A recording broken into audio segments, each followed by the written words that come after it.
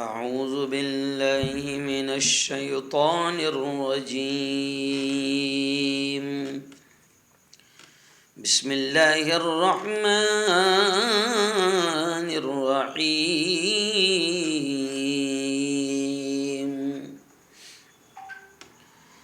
إن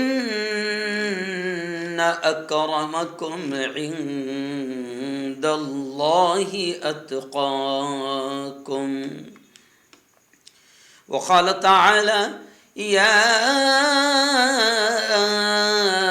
أيها الذين آمنوا اتقوا الله حق تقاته ولا تموتن إلا وأنتم مسلمون. وقال رسول الله صلى الله عليه وسلم: كلكم راع وكلكم مسؤول عن رعيته. وقال صلى الله عليه وسلم: من رأى منكم منكرا فليغيره بيده وإن لم يستطع فبلسانه وإن لم يستطع فبقلبه وذلك هو أضعف الإيمان، أو كما قال عليه الصلاة والسلام.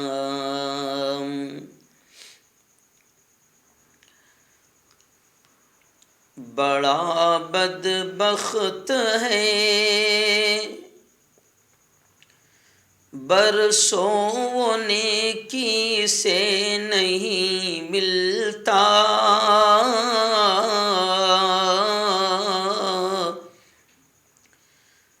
بڑا بدبخت ہے برسوں نیکی سے نہیں ملتا،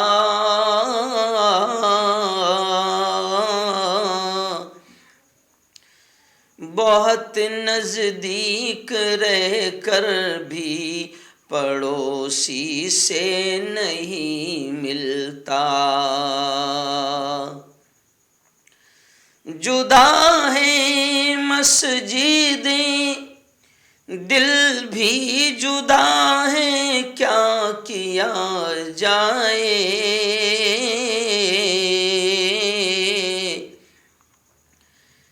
محبت سے نمازی بھی نمازی سے نہیں ملتا، نہاتا ہے اگر موتی نہ رکھ الزام دریا پر،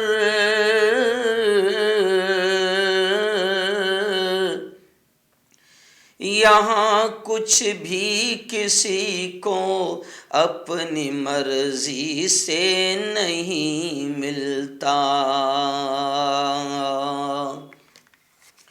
صدق اللہ العظیم وصدق رسولہ النبی الکریم۔ بہت ہی قابل صد احترام بزرگوں، دوستوں اور اپنے اپنے گھروں میں بیٹھ کر میری باتوں کو سن رہی میری پردہ نشین ماؤں اور بہنوں، آج ہی میں یوں سمجھیے کہ گھر پہنچا ہوں۔ پورا ہفتہ بلکہ 15-20 دنوں سے لگاتار پروگرام ہو رہے ہیں، لیکن جمعرات کو میں گھر آنے کی کوشش کرتا ہوں کہ کسی بھی طریقے سے آپ تک جو اللہ اور اس کے رسول کی باتوں کو لائیو بیان کے ذریعے سے پہنچاتا ہوں پہنچ جائیں۔ آج گھر پر آیا، دن بھر کورٹ میں حاضری تھی، دن بھر کورٹ میں رہا موجود، تھک چکا تھا، پھر آئندہ کل واپس، آئندہ کل اسی وقت میں کل میرا بیان رہے گا دھولیا میں، جو ہمارے یہاں سے 100 کلومیٹر دور ہے، پھر پرسوں میرا بیان ہے ننداسن احمد آباد کے قریب، 25 کو، پھر 26 کو جو ہے وہ دارالعلوم محمودیہ سورت میں ہے، پھر 27 کو وروچن نگر میں ہے، وہیں پر کئی تو بھی شاید احمد آباد کے قریب ہے، تو لگاتار پروگرام ہے۔ پھر 28 کو وہاں سے نکل جاؤں گا، 1 تاریخ کو جو ہے وہ کرناٹک میں ہے، پھر 2 کو گھر آؤں گا، پھر 3 کو نکل جاؤں گا، 4 کو جو ہے وہ لکھنؤ بہرائچ وغیرہ میں ہے، اتر پردیش میں۔ تو لگاتار پروگرام شروع ہے، بس اللہ کیسے طاقت دیتا ہے، کیسے چلا رہا ہے وہی جانتا ہے، ورنہ انسانی عقل کام نہیں کرتی۔ ابھی تو اتنا بیزی ہو چکے ہیں کہ کئی لوگوں کو شکایت ہوتی ہے کہ آپ فون نہیں اٹھا پاتے ہیں، آپ فون نہیں اٹھاتے ہیں، فون کا کال کا جواب نہیں دیتے ہیں، کیا کریں؟ اب تو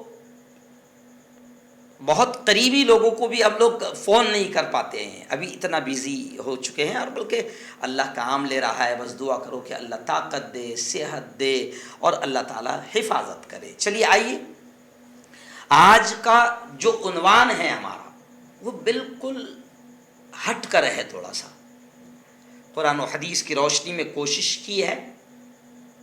آج کا عنوان ہم نے رکھا ہے اچھا سماج، بہترین معاشرہ یا بیسٹ سوسائٹی کسے کہتے ہیں، قرآن کسے کہتا ہے؟ یا پھر آج ہم یہ بتانے کی کوشش کریں گے کہ قرآن نے کچھ ایسے اصول بتائے ہیں کہ اگر ان اصولوں پر کوئی سماج، کوئی معاشرہ، کوئی سوسائٹی اگر ان اصولوں پر عمل کرے گی تو انشاءاللہ وہ بہترین سوسائٹی، بہترین معاشرہ، بیسٹ سوسائٹی اور اچھا سماج بن جائے گی۔ جی ہاں، اللہ کے نزدیک خاندان سے کوئی اچھا نہیں ہوتا۔ جی ہاں، کہ وہ سید ہے، حسنی ہے، حسینی ہے، مدنی ہے، مکی ہے، یا نبی کے خاندان کا ہے، نہیں۔ اللہ کے نزدیک کوئی فرد واحد یعنی اکیلا انسان بھی خاندان یا کسی اور وجہ سے اللہ کے نزدیک وہ قیمتی نہیں ہے۔ جی ہاں، کوئی سماج اگر آپ اپنے آپ کو یہ سمجھتا ہے کہ میں تو سید ہوں، میں تو قادری ہوں، میں تو قریشی ہوں، اور میں تو حضرت حسین کے خاندان کا ہوں، اور میں تو فاروقی ہوں، اور میں تو سید ہوں، بہت سارے لوگ ہیں ایسا جو سمجھتے ہیں کہ بس شاید انہی ناموں سے وہ اچھے کہلائیں گے، یا اچھا سماج ان کا کہلائے گا، یا ان کی قدر اللہ کے یہاں بڑھ جائے گی۔ ایسا نہیں ہے۔ قرآن پاک میں سب سے پہلی جو آیت میں نے آج اپنے خطبے میں تلاوت کیا، قرآن پاک کی وہ یہی آیت ہے۔ اللہ کیا کہتا ہے؟ ان اکرمکم عند اللہ اتقاکم۔ بڑے پیارے انداز میں اللہ کہتا ہے ان اکرمکم، کہ اللہ کہتا ہے کہ بے شک تم میں سے سب سے زیادہ عزت دار اللہ کے یہاں، سب سے زیادہ معزز اللہ کے یہاں، تم میں سب سے زیادہ مکرم اللہ کے یہاں، پسندیدہ اللہ کے یہاں کون ہے؟ اتقاکم، جو تم میں سب سے زیادہ اللہ سے ڈرنے والا ہو۔ اب اللہ سے ڈرنے والا اگر کوئی ہے، اللہ سے ڈرنے کا مطلب یہ کہ اللہ کے حکموں پر عمل کرنے والا، اللہ نے جن چیزوں کے کرنے کا حکم دیا ان کا کرنے والا، اللہ نے جن چیزوں سے رکنے کا حکم دیا ان سے رکنے والا، اگر کوئی ایسا ہے تو پھر وہ نیا مسلم بھی ہے، نیا مسلمان بنا۔ وہ رمیش تھا، پرکاش تھا، کیلاش تھا، یا بالکل دنیا جنہیں نچلا سماج کہتی ہے اس سماج سے تھا، لیکن اسلام لانے کے بعد اگر وہ اللہ سے بہت زیادہ ڈرنے والا ہو گیا، اللہ کی ماننے والا ہو گیا، تو پھر وہ سید سے بھی اوپر ہو جائے گا، قادری سے بھی اوپر ہو جائے گا، مدنی سے بھی اوپر ہو جائے گا، مکہ کے رہنے والے سے بھی اوپر ہو جائے گا، مدینہ کے رہنے والے سے بھی اونچا ہو جائے گا، پھر وہ حسنی اور حسینی سے بھی اونچا ہو جائے گا، کیونکہ اللہ کے یہاں اچھا کسے کہتے ہیں؟ تو اللہ نے ایک دم کوالٹی بیان کر دی، اچھے کی کوالٹی، ان اکرمکم عند اللہ اتقاکم، کہ بے شک اللہ کہ یہاں سب سے زیادہ مکرم، سب سے زیادہ معزز عزت دار وہ ہے جو اس سے، یعنی اس رب سے، اس اللہ سے سب سے زیادہ تقوی والا ہو، پرہیزگار ہو، اللہ کی ماننے والا ہو۔ چلیے آئیے، کوئی بھی سماج، کوئی بھی خاندان، کوئی بھی سوسائٹی یا کوئی ایک فرد واحد وہ کب اچھا بن سکتا ہے یا کب اچھا ہو سکتا ہے؟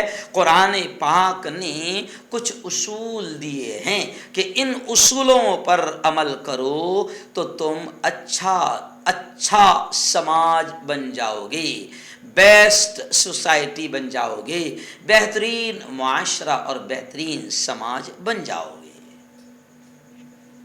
تو ہے لیٹسٹ تھوڑا سا نیا ٹاپک ہے، اچھا سماج قرآن کی روشنی میں، اچھا بہترین سوسائٹی کسے کہتے ہیں قرآن کی روشنی میں، یا وہ سوسائٹی بہترین کب بنے گی، بیسٹ کب بنے گی؟ تو آئیے، بہت ساری چیزیں کسی نے بہت محنت کر کے باقاعدہ کچھ 100 پوائنٹس ایسے نکالے ہیں قرآن سے کہ اگر ان پوائنٹس پر عمل کریں تو سماج بیسٹ ہو جائے گا۔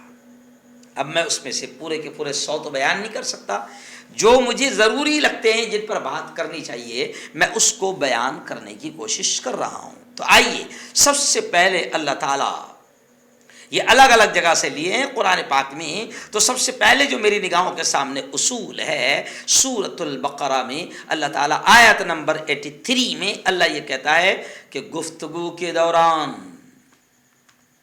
بات چیت کے دوران بدتمیزی نہ کیا کرو۔ بات چیت، گفتگو کے دوران بدتمیزی نہ کیا کرو۔ اب ذرا سوچیں کہ ہم لوگ بات چیت کے دوران، گفتگو کے دوران کتنی بدتمیزی کرتے ہیں۔ کچھ لوگ تو ان کی عادت بن گئی ہوئی ہے کہ وہ منہ کھولیں گے تو بدتمیزی کریں گے، منہ کھولیں گے تو گالیاں دیں گے، اور ان کے پاس تو کچھ ایسا معاملہ ہے کہ کچھ لوگ تو ایسے ہیں کہ ان کے نزدیک گالیاں دینا یا گالیاں سننا عیب ہی نہیں ہے۔ یہ شروعات کرتا ہے تو گالی سے، اور وہ بھی جواب دیتا ہے تو گالی سے، بدتمیزی سے۔ قرآن پاک نے یہ کہا ہے کہ گفتگو کے دوران بدتمیزی نہ کیا کرو۔ اب مسلمانوں کو، چلو میں دوسروں کی بات نہیں کروں گا، مسلمانوں کو، اہل ایمان کو یہ سوچنا چاہیے کہ اپنی بات چیت کے دوران ایک دوسرے کی عزت کا خیال رکھا جائے، تمیز سے گفتگو کی جائے، بدتمیزی نہ کی جائے۔ جو سماج اس کو اختیار کرے گا اچھا ہوگا، جو بیوی اس کو اختیار کرے گی شوہر کے ساتھ اس کا گھر اچھا ہوگا، جو شوہر اپنی بیوی کے ساتھ بدتمیزی سے پیش نہیں آئے گا، جی ہاں، پھر اس کی زندگی میں سکون ہوگا۔ اب یہ صرف سماج پر ڈیپینڈ نہیں کرتا ہے۔ اگر کوئی آدمی اپنی گفتگو کے دوران، مان لو میں شوہر ہوں اور اگر میں اپنی بیوی سے بدتمیزی سے، کیونکہ کچھ شوہروں کی بڑی گھٹیا حرکت ہوتی ہے کہ وہ بیوی کو بالکل پیر کی جوتی سمجھتے ہیں، اور جب بھی بات کریں گے بیوی سے تو بدتمیزی کے ساتھ کریں گے۔ بلکہ کچھ شوہر تو ایسے ہیں کہ وہ عورت جو رفیق حیات ہے، زندگی کا بہترین ساتھی ہے، اور اس نے تمہاری اولاد کو جنم دیا، وہ تمہاری عزت کا خیال رکھتی ہے اور وہ تمہارے ساتھ زندگی گزارتی ہے، اور اس نے اپنا سب کچھ شوہر کے نام پر لگا دیا ہے، لیکن وہ شوہر ہے کہ اس کی قدر کرنے کو تیار ہی نہیں۔ وہ جب بھی بات کرتا ہے، کیونکہ میرے پاس شکایتیں آتی ہے، کچھ عورتیں کہتی ہیں کہ مفتی صاحب شوہر ہمیشہ بدتمیزی سے بات کرتا ہے، بے عزتی سے بات کرتا ہے، گالیاں دیتا ہے، اور کچھ تو ایسے الفاظ کہتا ہے کہ برداشت نہیں ہوتے ہیں، مگر کیا کروں، شوہر ہے، اگر برداشت نہ کروں، میں بھی غصہ دکھاؤں تو پھر گھر کا ماحول بگڑ جائے گا۔ تو کچھ عورتیں بیچاری ایسی ہوتی ہے، رو رو کر فون کرتی ہے کہ بس صاحب بس کچھ دعا کیجئے، میں برداشت کر رہی ہوں، کبھی کبھی تو دل چاہتا ہے کہ بس پنکھے پر لٹک جاؤں، آتم ہتیا کر لوں، شوہر بڑی بدتمیزی سے، بڑی بے عزتی سے بات کرتا ہے۔ تو اب ظاہر بات ہے کہ سماج ہو یا اکیلا فرد ہو، جو بھی اپنی گفتگو میں بدتمیزی لائے گا وہ کامیاب نہیں ہوگا، وہ اچھا سماج نہیں ہوگا، وہ اچھا انسان نہیں ہوگا، وہ اچھا مرد نہیں ہوگا، اور بدتمیزی سے بات کرنے والی وہ ایک اچھی عورت نہیں ہوگی۔ دوسرا پوائنٹ، کسی بھی سماج کو جو اچھا بنائے گا، وہ دوسرا پوائنٹ کیا ہے؟ قرآن پاک سورہ آل عمران آیت نمبر 134 میں اللہ کہتا ہے، میں سب آیتیں نہیں پڑھ رہا ہوں، صرف ترجمہ کر رہا ہوں، کسی نے بڑی محنت سے اس کو ایک جگہ جمع کیا ہے۔ تو دوسرا پوائنٹ قرآن کہتا ہے غصے کو قابو میں رکھو، غصے کو قابو میں رکھو۔ جو سماج غصے کو قابو میں رکھے گا وہ بہترین سماج ہوگا۔ جس گھر میں مرد عورت غصے کو قابو میں رکھیں گے وہ گھر بہترین ہوگا۔ جو انسان اپنا غصہ قابو میں رکھنا سیکھ لے وہ بہترین انسان ہوگا، کیونکہ آج کل غصے کی وجہ سے کئی خاندانوں میں تباہی ہو رہی ہے، کئی گھروں میں تباہی ہو رہی ہے، اور غصے کی وجہ سے کئی سماج اور سوسائٹیوں میں تباہی ہو رہی ہے۔ جی ہاں، آج ہی ایک فون آیا مجھے بھی، میں کورٹ میں تھا اسی وقت ایک فون آیا، مفتی صاحب کیا کروں، غصے پر قابو نہیں ہوتا ہے، اور غصے پر قابو نہیں ہوتا ہے، اور آج میں نے غصے میں 3 مرتبہ طلاق طلاق کہہ دیا۔ جی ہاں، اب غصے کو قابو میں نہیں رکھا، زندگی اجڑ گئی۔ اب مفتیوں سے فتوے پوچھتے بیٹھ رہا ہے کہ مفتی صاحب چھوڑنا تو نہیں چاہتا ہوں، مجھے بڑی بڑی بڑی محبت ہے میری بیوی سے، اب کیا کروں، کیسے کروں، کیا کروں، پریشان حال ہے، گھوم رہا ہے، مفتیوں کے دروازوں پر راؤنڈ لگا رہا ہے کہ کوئی تو راستہ بتاؤ کہ اب یہ طلاق جو ہے دے دیا ہوں، اب کیا کروں۔ قرآن نے کہا ہے کہ غصے کو قابو میں رکھو۔ جو فرد، جو مرد، جو عورت، جو خاندان، جو سماج غصے کو قابو میں رکھے گا وہ اچھا اور کامیاب سماج ہوگا، وہ اچھا اور کامیاب انسان ہوگا۔ جو عورت غصے کو قابو میں رکھنا سیکھ لے گی وہ اچھی اور کامیاب عورت ہوگی۔ آئیے تیسری چیز قرآن نے کیا کہا؟ دوسروں کے ساتھ، سورۃ القصص آیت نمبر 77 میں اللہ کہتا ہے کہ دوسروں کے ساتھ بھلائی کرو، دوسروں کے ساتھ بھلائی کرو۔ جی ہاں، جس سماج میں، جس انسان میں یہ چیز آئے گی، دوسروں کے ساتھ بھلائی کرنا، انشاءاللہ وہ دنیا میں بھی کامیاب ہوگا اور آخرت میں بھی کامیاب ہوگا۔ آج یہ دوسروں کے ساتھ بھلائی کا جذبہ کہیں نہ کہیں ہمارا ختم ہوتا جا رہا ہے۔ جو بھی سماج ہو، دوسروں کے ساتھ، مثال کے طور پر چلیے آئیے ایک مثال میں دے دیتا ہوں۔ مثال کے طور پر کورونا کے وقت میں، کورونا سے پہلے آپ نے دیکھا کہ 1 سال تک ہمارے ملک کی آتنکی گودی میڈیا نے 1 سال تک کے ماحول بنایا تھا مسلمانوں کے خلاف، خوب نفرت پھیلانے کی کوشش کی تھی۔ لیکن کورونا کے وقت میں جب مسلمان سماج راستوں پر اتر کر دوسرے سماج کی مدد کرنے لگا، راستوں پر نکلے ہوئے مسافروں کو کھلانے لگا، اور کورونا کے وقت میں جب مسلمانوں نے کورونا سے مرنے والوں کی لاشوں کو شمشان تک پہنچایا، کیونکہ اس وقت باپ اور بیٹا بھی ایک دوسرے کو دیکھنے اور ہاتھ لگانے کو تیار نہ تھا، مسلمانوں نے اپنی ایمانی طاقت اور ایمانی پاور سے ایک دوسرے اس وقت دوسرے سماج کے ساتھ بھلائی کا معاملہ کیا، تو پھر اللہ نے یہ کام کیا کہ لوگوں کے دلوں میں، جو مسلمانوں نے بھلائی کا کام کیا، اللہ نے ان لوگوں کے دلوں میں کہیں نہ کہیں محبت ڈال دیا۔ اب پھر واپس جن شیطانوں کی کرسی نفرتیں پھیلا کر چلتی ہے تو وہ شیطان پھر واپس ملک میں نفرتیں پھیلا رہے، لیکن خیر قرآن نے ہمیں یہ حکم دیا کہ دوسروں کے ساتھ بھلائی کرو، دوسروں کے ساتھ بھلائی کرو۔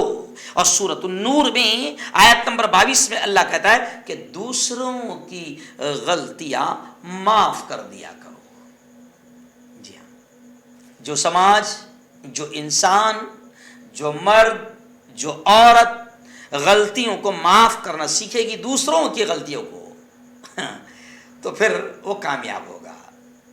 بھئی دیکھیے، اگر مجھ سے کچھ غلطی ہو جائے تو میں کیا چاہتا ہوں؟ ہر شخص یہ چاہتا ہے کہ میری غلطی کو اللہ معاف کر دے. یہی چاہتا ہے نا. میں یہ چاہتا ہوں کہ میری غلطی کو اللہ معاف کر دے, اور ہر شخص یہ چاہتا ہے کہ مجھ سے اگر غلطی ہو گئی تو دوسرا سامنے والا مجھے معاف کر دے. ہر شخص یہی چاہتا ہے. تو بس ایسے ہی اللہ نے سورۃ النور آیت نمبر 22 میں کہا کہ تم دوسروں کی غلطیوں کو معاف کر دیا کرو. جس سماج میں, جس انسان میں یہ چیز آ جائے گی اور وہ دوسروں کی غلطیوں کو معاف کرنے والا بنے گا, انشاءاللہ وہ کامیاب سماج اور کامیاب انسان ہوگا, چاہے مرد ہو یا عورت ہو. آئیے ایسے ہی سورۃ الحجرات میں آیت نمبر 11 میں اللہ کہتا ہے دوسروں کا مذاق نہ اڑایا کرو. لا یسخر قوم من قوم. جی ہاں, قرآن کہتا ہے کہ دوسروں کا مذاق نہ اڑایا کرو. آج ہم کیا ہوتے ہیں کہ ہم کوئی بھی اچھا سماج اس وقت ہوگا جب وہ ایک دوسرے کا احترام کرے گا, کسی کا مذاق نہ اڑائے, چاہے پھر وہ مرد ہو, عورت ہو, اکیلا انسان ہو یا سماج ہو. یہ میں سب کے لیے کہہ رہا ہوں. تو قرآن نے کہا ہے کہ دوسروں کا مذاق نہ اڑایا کرو. ابھی بہت سارے سماج جو اپنے آپ کو اعلیٰ سمجھتے, کوئی اعلیٰ والا نہیں ہے. اللہ کے نزدیک اعلیٰ وہ, اونچا وہ جو اللہ کے حکموں پر عمل کرنے والا ہو اور متقی ہو, پرہیزگار ہو, اللہ سے ڈرنے والا ہو, وہ سب سے اعلیٰ ہے. پھر وہ چاہے کسی بھی خاندان کا ہو, کسی بھی سماج کا ہو. تو اب قرآن میں اللہ کہتے ہیں کہ دوسروں کا مذاق نہ اڑایا کرو. آج میں نے خود اپنی آنکھوں سے کئی مرتبہ لوگوں کو باتوں میں دوسروں کا مذاق اڑاتے دیکھا ہے. بلکہ اتنا عجیب معاملہ ہے کہ ایک ہی سماج ہے لیکن اس میں بھی اونچ نیچ ہے. مثال کے طور پر, اب مثال دوں تو کسی کا نام لے کر مثال دوں تو ہو سکتا ہے اس کو برا لگ جائے گا, لیکن سمجھ جائیے آپ کہ کئی لوگ ایسے ہیں کہ ایک ہی سماج ہے لیکن اس میں بھی بولتے نہیں ہم اونچی ذات والے اس میں ہیں اور یہ ہمارے میں نیچے والے ہیں, اور پھر ایک دوسرے کا ہم مذاق اڑاتے ہیں. قرآن پاک نے کہا کہ اچھا سماج وہ ہے جو دوسروں کا مذاق نہ اڑائے. چلیے آئیے اب میں پھر آگے بڑھتا ہوں. سماج اچھا کب ہوگا, سماج اچھا کب ہوگا اور سماج سوسائٹی بہترین کب ہوگی؟ تو پھر آگے اللہ نے یہ بھی کہا کہ اگر مقروض جس پر قرض ہے وہ مشکل وقت سے گزر رہا ہو تو اسے ادائیگی کے لیے مزید وقت دے دیا کرو. آپ نے کسی کو قرض دیا ہے اور وہ مشکل وقت سے گزر رہا ہے اور سچ مچ وہ آپ کا قرض دے نہیں پا رہا ہے, اللہ کہتا ہے کہ پھر اسے اور مزید وقت دے دیا کرو. اب دیکھیے یہ کتنا باریک پوائنٹ ہے. جب ہم مقروضوں کا خیال رکھیں گے, ان پر مہربانی کا معاملہ کریں گے, تو ظاہر بات ہے کہ کوئی بھی سماج ہو, جب سماج میں یہ چیز آئے گی تو پھر اللہ اس کی برکتیں یہ لائے گا کہ محبتیں بڑھے گی اور وہ سماج اچھا ہوگا, وہ سماج بہتر ہوگا. اور آگے اللہ نے کیا کہا, سورۃ البقرہ آیت نمبر 278 میں اللہ نے کہا سود نہ کھاؤ, بیاج نہ کھاؤ, سود نہ کھاؤ, بیاج نہ کھاؤ. جو سماج میں, جس سماج میں سود عام ہوتا ہے, بیاج عام ہوتا ہے, سود پر لین دین ہوتا ہے, بیاج پر لین دین ہوتا ہے, اس سماج سے اچھائیاں ختم ہو جاتی ہے, اس سماج میں برائیاں جنم لیتی ہے. تو اللہ نے کہا, گر بتایا کہ اچھا سماج وہ ہوگا جس میں سے سود اور بیاج پر لین دین ختم ہوگا. آج آپ دیکھیے کہ سماج میں سود اور بیاج بالکل کینسر کی طرح پھیل چکا ہے. سود پر لینا اور سود پر دینا یہ بھی عام ہو رہا ہے. اللہ نے کہا کہ یہ نہ کرو, یہ نہ کرو, ناکام ہو جاؤ گے. ایسے ہی اللہ نے آگے پھر کہا, سورۃ البقرہ آیت نمبر 42 میں اللہ کہتا ہے کہ سچ میں جھوٹ نہ ملایا کرو.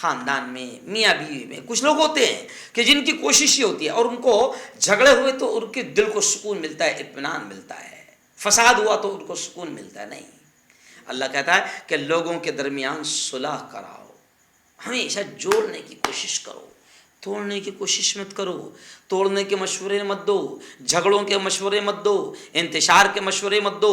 کوشش یہ کرو کہ لوگوں کے درمیان صلح ہو، صلح ہو، صلح ہو. ایسے ہی سورۃ الحجرات میں اللہ کہتا ہے بدگمانی سے بچو. بدگمانی، یہ بہت پیاری بات ہے. خاندان کے خاندان اس کی وجہ سے ٹوٹ رہے ہیں، مرد اور عورتوں کے طلاق ہو رہے ہیں، میاں بیوی میں طلاق واقع ہو رہے ہیں. کائے کی وجہ سے؟ بدگمانی، برا گمان، برا خیال. اچھا، کچھ لوگوں کے دل دماغ میں وسوسہ ہوتا ہے، شیطان ان کے دل دماغ پر قبضہ کر دیتا ہے نا. الذی یوسوس فی صدور الناس. تو بعض عورتیں ایسی رہتی ہے، اکثر مرد تو بہت کم رہتے ہیں، اکثر عورتیں ہیں جو اپنے شوہر کے معاملے میں بدگمان رہتی ہے. لیٹ آیا، کیوں لیٹ آئے؟ رک گئے، کیوں رک گئے؟ جا رہے ہیں، کہاں جا رہے ہیں؟ لیٹ آئے، کیوں لیٹ آئے؟ بدگمانی رہتی ہے. جی ہاں، فون پر اگر خاموشی سے بات کر رہے ہیں، کس سے کر رہے ہیں؟ وہ بیچارہ کچھ لکھتے ہوئے بیٹھا، موبائل پر کوئی میسج، اہم میسج لکھ رہا ہے، کس کو میسج کر رہے ہیں؟ کئی گھروں میں صرف بدگمانی کی وجہ سے جھگڑے ہوتے ہیں، طلاق ہوتی ہے. اور کچھ مرد ہوتے ہیں، میرے پاس ابھی ایک عجیب واقعہ ہے کہ ایک آدمی اتنا بدگمان، کیونکہ اس کی صفت اور اس کی طبیعت میں بدگمانی تھی، دل دماغ میں اس کے بدگمانی تھی، وہ ہر ایک سے بدگمان. کچھ لوگ رہتے ہیں ہر ایک کے بارے میں وہ برا ہی سوچتے ہیں، غلطی سوچتے ہیں. تو قرآن نے کہا کہ بدگمانی سے بچو تو کامیاب رہو گے، زندگی میں سکون رہے گا. بعض مردوں کو میں نے دیکھا، میرے پاس ابھی کچھ دنوں پہلے شکایت آئی کہ ایک مرد اتنا شکی اور اتنا عورت کے تعلق سے بدگمان کہ وہ جب ڈیوٹی پر جاتا تھا 5-7 گھنٹے تو باقاعدہ گھر کو باہر سے لاک کر کے جاتا ہے. تو ہے ایسے بھی عجوبے جن کی وجہ سے گھروں میں پریشانیاں ہیں. چلیے آئیے اور آگے سورۃ الحجرات میں اللہ نے کیا کہا کہ اگر کامیاب اور اچھا سماج بنانا چاہتے ہو، اچھا خاندان بنانا چاہتے ہو تو غیبت نہ کرو، غیبت نہ کرو. اس غیبت نے بھی کئی خاندانوں کو تباہ کر دیا ہے. اکثر عورتوں میں یہ غیبت کی عادت ہوتی ہے، چغلی کی عادت ہوتی ہے، حالانکہ اب تو یہ عادت مردوں میں بھی آ گئی ہے. ایسے ہی چلیے، وقت کم ہے تو میں تھوڑا اب تیزی میں آگے بڑھتا ہوں. ایسے ہی سورۃ الحجرات میں اللہ نے کہا وَلَا تَجَسَّسُوا، جاسوسی نہ کرو، تہمیں نہ لگے رہو، کسی کے عیب کو تلاش مت کرو. یہ بھی بڑی بری چیز ہے. جاسوسی جب کسی سماج میں یا کسی مرد میں یا کسی عورت میں آ جاتی ہے تو پھر اس کا سکون، خود کا سکون بھی اس کا ختم ہو جاتا ہے، اور کئی خاندان اور کئی گھر اس کی وجہ سے تباہ ہو جاتے ہیں. کچھ لوگ ہوتے ہیں ایسے کہ جن کا دماغ بالکل جاسوسی ہوتا ہے، ٹوہ میں لگے رہتے ہیں. جی ہاں، چلیے آئیے آگے اب ہم بڑھتے ہیں کہ اللہ نے آگے کیا کہا. آگے اللہ نے یہ کہا سورۃ العنکبوت آیت نمبر 36 میں اللہ کہتا ہے، کیا کہتا ہے اللہ؟ سورۃ العنکبوت آیت نمبر 36 میں اللہ کہتا ہے زمین پر برائی نہ پھیلایا کرو. جی ہاں، جس سماج میں یہ چیز ہوگی وہ سماج خود تو تباہ ہوگا اور اس کی وجہ سے دوسرے لوگ بھی تباہ ہوگے. زمین پر برائی نہ پھیلایا کرو. اچھا، یہ صرف سماج کے لیے نہیں کہہ رہا ہوں، میں اکیلا فرد واحد اگر میں کوئی ایسا کام کر رہا ہوں جس سے برائی پھیلے گی، جیسے مثال کے طور پر چلو مجھے یاد آ گیا، کسی کا دھندا ہے، کسی کا کاروبار ہے، اور کاروبار ایسا ہے کہ جس سے برائی ہی پھیلے گی لیکن وہ اسی پر کمائی کر رہا ہے. جیسے مثال کے طور پر کسی نے کیرم کلب کھولا، یا کسی نے محلے میں نشے کا کاروبار کر رہا ہے، یا کوئی محلے میں گٹکا اور پڑی، جی ہاں، یہ بھی برائی والا کاروبار ہے.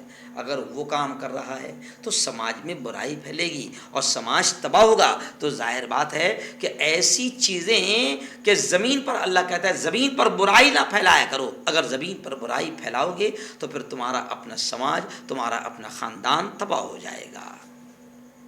اچھا آئیے آگے پھر بڑے پیارے انداز میں اللہ نے ایک اور چیز کہی. سورۃ البقرہ آیت نمبر 114 میں کہا کہ لوگوں کو مسجدوں میں داخلے سے نہ روکو، آنے دو. لوگوں کو مسجدوں میں آنے سے نہ روکو. تو اب اس جملے کو لے کر کئی چیزیں میرے ذہن میں آ رہی. ایک تو کیا ہے، ابھی فی الحال دیکھیے قرآن میں اللہ کہتا ہے کہ وَأَنَّ الْمَسَاجِدَ لِلَّهِ، مسجدیں تو اللہ کی ہے، لیکن ابھی ایسا لگتا ہے کہ مسجدیں اللہ کی نہیں ہیں، مسجدیں ٹرسٹیوں کی ہے. مسجدیں ٹرسٹیوں کی ہے. کیوں؟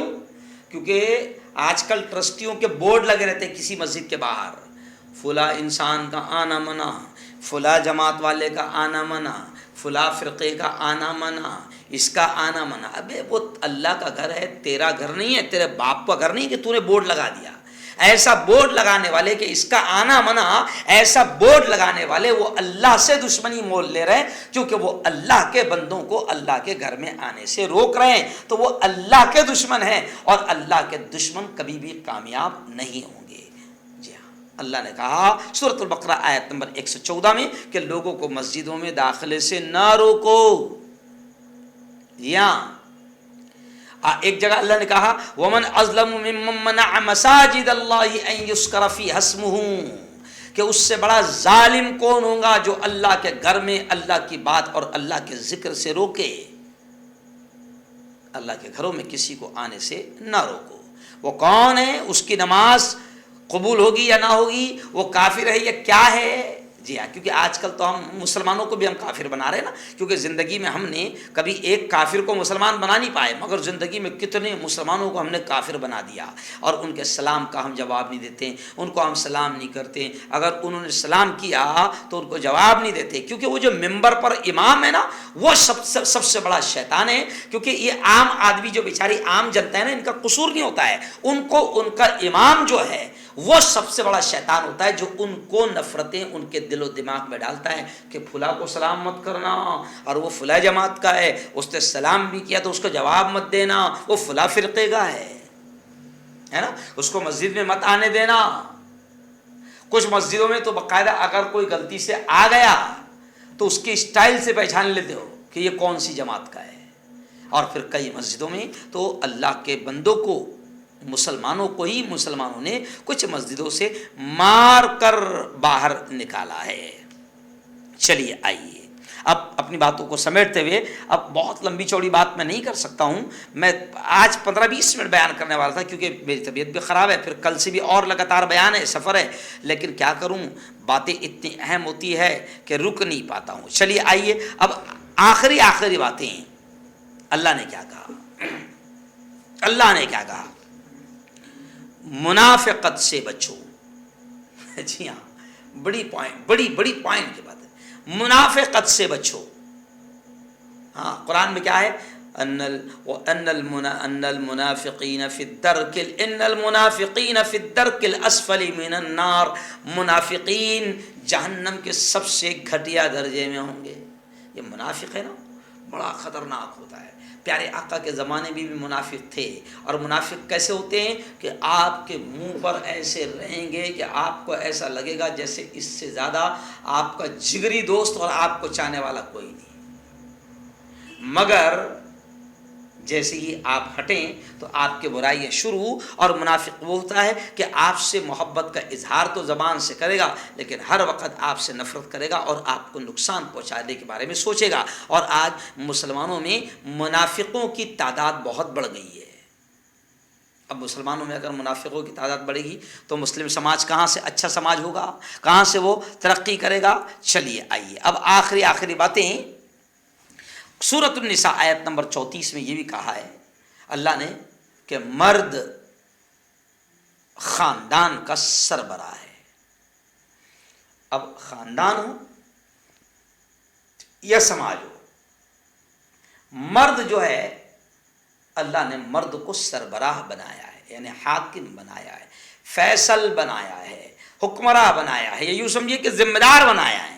اب جس خاندان میں یا جس گھر میں یا جس سماج میں عورتوں کے ہاتھ میں ساری چابیاں ہوں، عورتیں ذمہ دار ہو اور عورتیں فیصلہ کرے، وہ سماج اچھا سماج نہیں ہوگا، وہ سماج ترقی نہیں کرے گا۔ آئیے سورۃ النساء آیت نمبر 54 میں اللہ کہتا ہے حسد نہ کرو، جلن نہ کرو۔ جس سماج میں حسد رہے گا وہ سماج ترقی نہیں کرے گا، بلکہ اللہ نے اگر کسی کو نعمتیں دی ہے تو اس کی نعمتیں دیکھ کر خوشی کا اظہار کرو اور اس کو دعائیں دو۔ لیکن آج ہمارا سماج پیچھے کیوں جا رہا ہے؟ کیونکہ ہم کو ایک دوسرے کی ترقی برداشت نہیں ہو رہی۔ اگر ہمارا پڑوسی، ہمارا بھائی، ہمارے سماج کا کوئی دوسرا انسان اگر ترقی کرتا ہے تو ہم کو جلن ہوتی ہے، ہم کو حسد ہوتا ہے، ہم لوگ حسد کرتے ہیں۔ اللہ نے کہا کہ اچھا سماج وہ ہے جو اپنے اندر سے حسد کو ختم کر دے۔ جی ہاں، ایسی اللہ نے کہا کہ گناہ اور زیادتی میں دوسروں کے ساتھ تعاون نہ کرو۔ جیسے کہا نا اللہ نے تعاونوا علی البر والتقوی ولا تعاونوا علی الاثم والعدوان۔ اللہ کہتا ہے کہ نیکی کے، اچھائی کے، بھلائی کے کاموں میں تعاون کرو، مدد کرو، ساتھ دو۔ ولا تعاونوا علی الاثم والعدوان، برائی کے کاموں میں بالکل بھی ساتھ نہ دو۔ جی ہاں، برائی کے کاموں میں سماج میں، جس سماج میں یہ چیز عام ہوگی، اچھے کرنے والوں کو ساتھ دیا جائے گا، وہ سماج آگے بڑھے گا۔ مگر ابھی ہمارے پاس کیا ہوتا ہے کہ اگر کوئی اچھا کر رہا ہے تو اس کا نام ہوتا ہے نا، لوگ اس کی تعریف کرتے ہیں۔ جی ہاں، تو یہ ہم کو برداشت نہیں ہوتا، تو ہم اچھا کرنے والوں کا ساتھ نہیں دیتے ہیں، کیونکہ اگر ہم ان کا ساتھ دیں گے تو ہم کو ایسا لگتا ہے نام تو اس کا ہوگا، جی ہاں وہ آگے بڑھ رہا ہے۔ نہیں، اچھائی میں ساتھ دو، برائی میں بالکل بھی ساتھ نہ دو۔ چلیے آئیے آخری اور ایک دو باتیں کہہ کر اپنی بات کو سمیٹ لوں گا کہ اللہ تعالیٰ یہ فرماتا ہے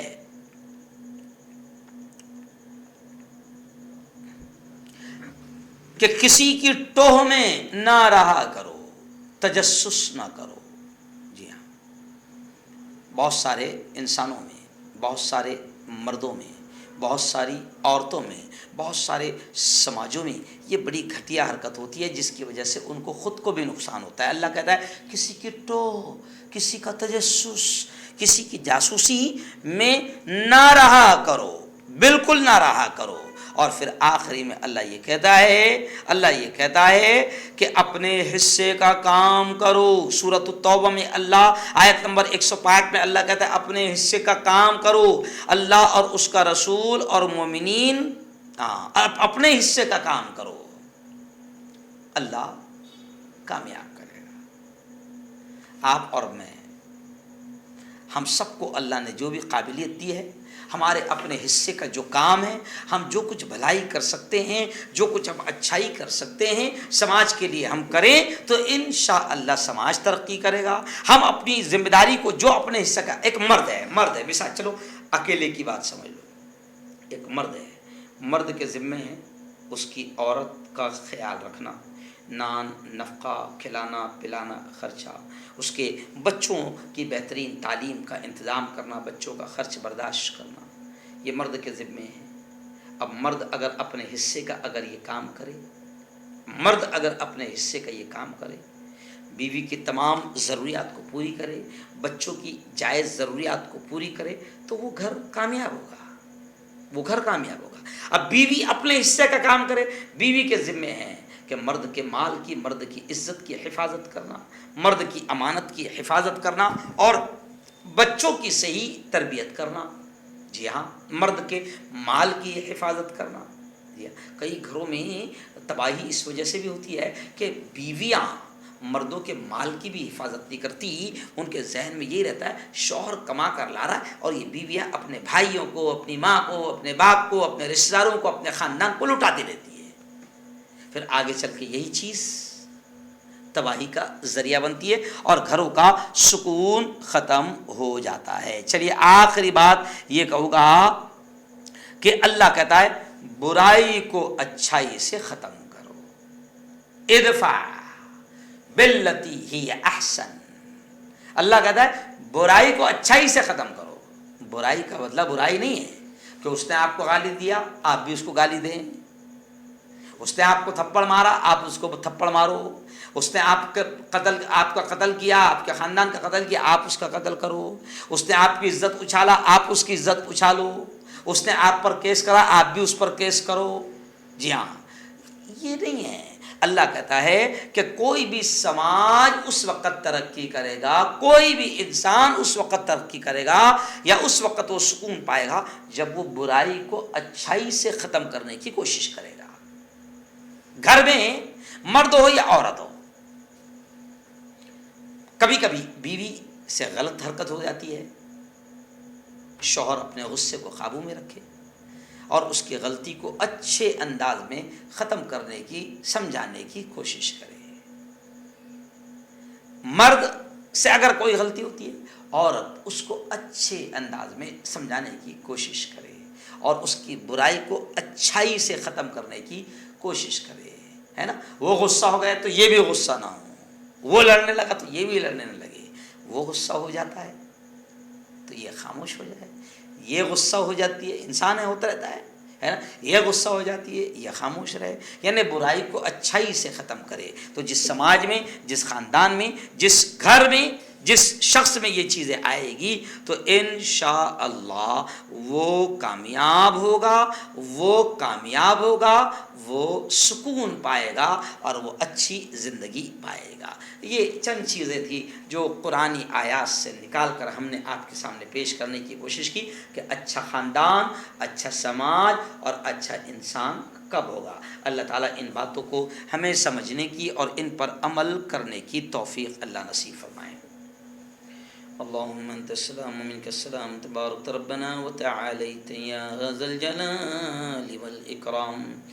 اللهم صل على سيدنا وشفيعنا وحبيبنا ومولانا محمد وعلى آل سيدنا ومولانا محمد وبارك وسلم۔